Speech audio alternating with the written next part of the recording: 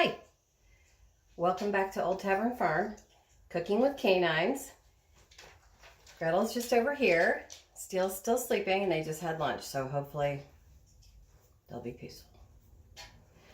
So I had so much fun making our first recipe that I was just perusing the internet and the downtime that we're all having right now, and I found a really cool slow cooker bread recipe.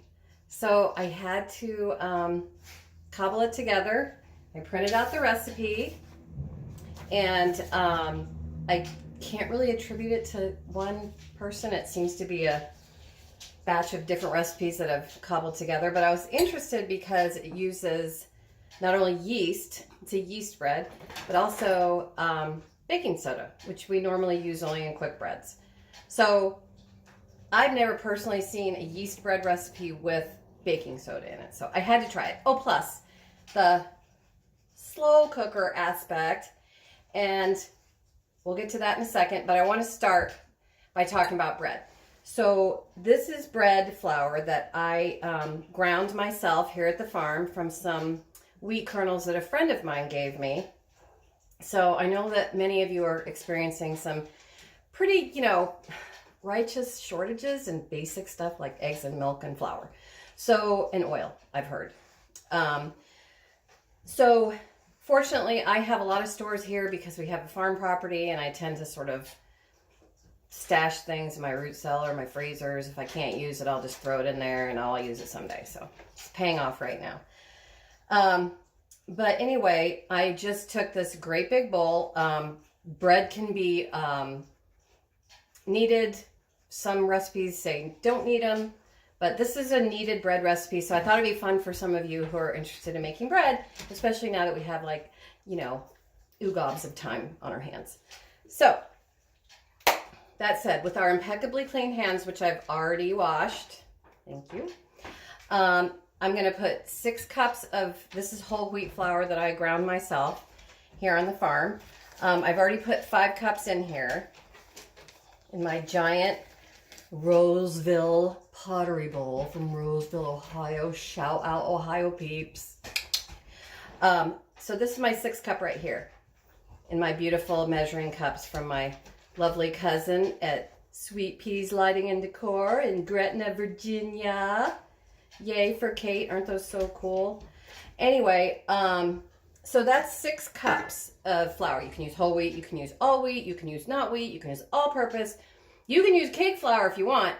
That's one thing I'm serious about in this stream of programs that I'm going to make, come hell or high water, or viruses. Stop being so serious about cooking. It's not serious. We're not putting rockets on the moon. We're just making bread. It's no big deal. So don't get stressed. Okay? So we're having fun with the dogs. Right? Right? You want to come say hi? Want to come say hi? Yeah. Okay. This is Steele. Steele, say hi. He doesn't, not sure who we're talking to. Steele and Gretel. These are our farm dogs. They're a little crazy, so you might hear them bark or growl or whine during a session that I'm doing cooking, but everything is fine. They just, oh well. Or, that's a little gas. Sorry. Excuse you, Gretel. I just had lunch. Okay, back to baking.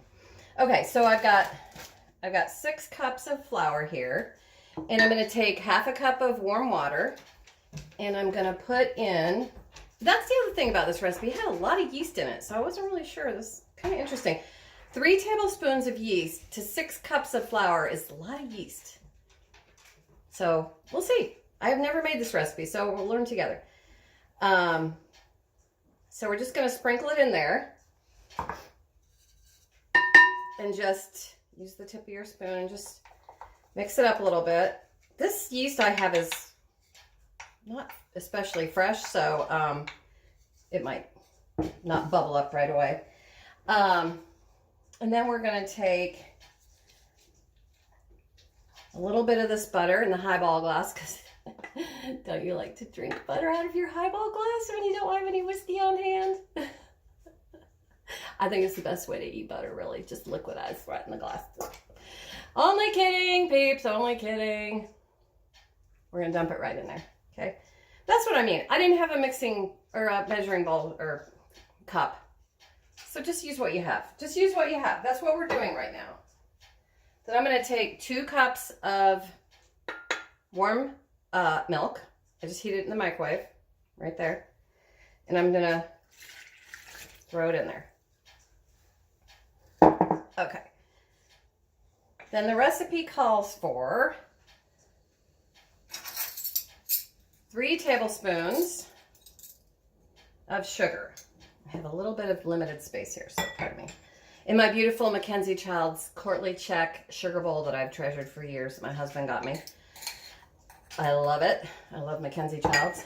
Okay, so we've already started to activate our yeast in the warm water. So yeast loves sugar, and the gas that yeast puts off when it eats is the gas that helps our product rise. So anytime you can feed your yeast, it's always good. So if you want to just add your sugar to right directly to your yeast sort of slurry is what it is, really is what we call that. A slurry in the biz. So here's 3. We'll just mix it with this. Why not? Why not? Okay, so we're just going to mix our slurry. This is our yeast and our sugar and our warm water. And let me tell you, those little yeast guys in there, they're super happy right now because they got a nice warm bath and they got some food. And now they're going to start making alcohol instead of drinking it. Oh, those yeasties, I tell you. Okay, so I'm going to set that in there. And then we're going to pour our yeast slurry right in there. Okay, so mix, mix, mix. Now, hopefully, this is not my recipe, so I have not tested. I'm testing it live. Oh, the drama. Okay, it's looking like it's going to be a little bit wet, but all right, hold on. Stand by. Sometimes yeast, whole wheat flour will absorb water at a different rate than just an all-purpose or a bread flour. And it just has to do with how fine the grind is. Actually, it's not going to be it's actually going to be, someone might have tested this recipe. It's not actually too bad. I might need to add a little drop of water, which I'll do. And like I said, it's not, we are certainly not putting rockets on the moon. We're not curing cancer. We're not doing any of that stuff. We're just going to be thankful to people that are doing it and give them bread. So I'm just gonna give it a little extra liquid because sometimes if it's wet or dry outside, it'll affect your bread, your dough a little bit. But overall, not really that big a deal. Just makes it easier to handle. Okay, now the last thing we're going to add in is salt. So there's 2 things that kill yeast: heat. Anything over 140 degrees, yeast will die. Or the other thing, salt.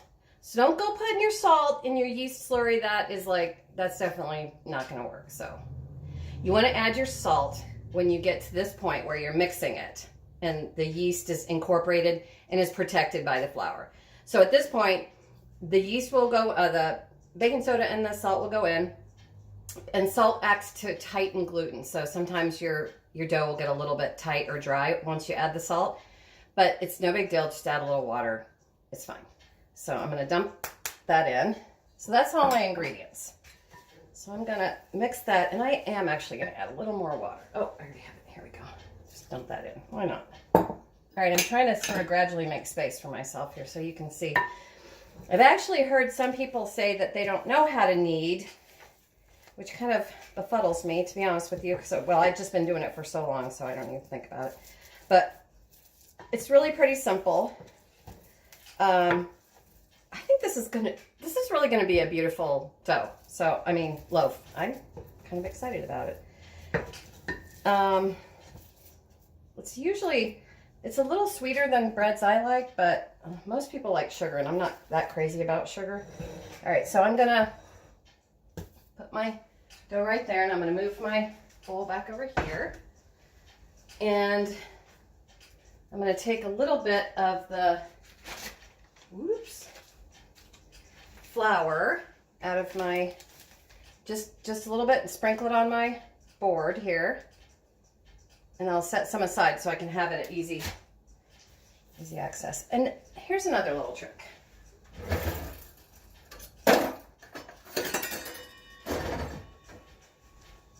This is called a bench scraper. It's also called a bench knife. It's also sometimes used by girl cooks to clean their grill at the end of the night, which really irritates me. No names. But that sucker is really great. So you can take and use your bench knife to just flip. If you feel like the dough is going to stick to the bench, you just use that bench knife to just go under it like that. And all you're doing is sort of folding it. So once you get it to the point where you feel like it's sort of dry-ish, just flour your surface. And you're just simply going to knead. And you don't have to, like, I've seen people stretch it and do this and sort of tickle it. No. You need to get in there and just knead it. Like chewing gum. So you're going to go back and forth like this. I need a little more flour on my board. And you're just going to do a couple kneads. Knead, and then I just turn it. Knead, and then I just turn it. Knead, turn, knead, turn. So on. I'm sure your kids would love this. I need more flour. Hold on just a second. Just going to put a little more flour down. Okay, so more kneading. Typically, if you're mixing, I'm doing this by hand. Normally I'll use my machine. But I just wanted to show people how you can literally make a loaf of bread with a bowl and a spoon in your hands. And the slow cooker too, which is going to be an amazing another component. So once you start getting tight, you're sort of trying to make a little bit of I don't know if you can see that, sort of a tight ball where you've got a surface like this and you've got the ugly bits over here and the pretty bits over here. And this is going to be the surface of your loaf. So you're going to put the ugly bits down on the bottom of the slow cooker. And normally I would knead for longer than this, but you don't really need to do that with the whole wheat because it's just never going to develop that much gluten structure anyway, because there's so many bits of really hard sort of cut edges of the rough whole wheat grind. So that's what we're going to call kneaded. All right, so we're going to take it over to our slow cooker, and we're going to, you know what, that's a little bit warm. I'm going to add, here's another little tip. This, oh, it's upside down, backwards. Can you read that? Anyway, parchment paper. It's the best stuff in the world. Totally non-stick. Don't try to tape it or write on it because it's impossible. You can write it on with a Sharpie. That's nice. Get a roll of this paper. It's so great. It's great for everything. You separate layers of cakes. You can bake, put it on a sheet pan. And right now I'm just making a little bit of an insulated layer between the bottom of the slow cooker and the dough because it just feels a little bit warm even though it's on low. So I'm going to put it in here. We're all going to see together later on today how this does. And the slow cooker is lined with parchment also. So you can see. I can't unplug it. It's plugged into. I have a 212-year-old colonial tavern house up here in the Adirondacks. And there's just a few plugs. So I kind of have to strategically place my electronics. So, and then I'm going to put the lid on it, which is here, and let it, as we say in the trade, get happy. So, that's how you make bread. I will make a video once this thing comes out of the slow cooker in 3 hours, and we'll find out how it looks. So, thank you again for joining me, and everybody be nice, be happy, go make bread. Bye.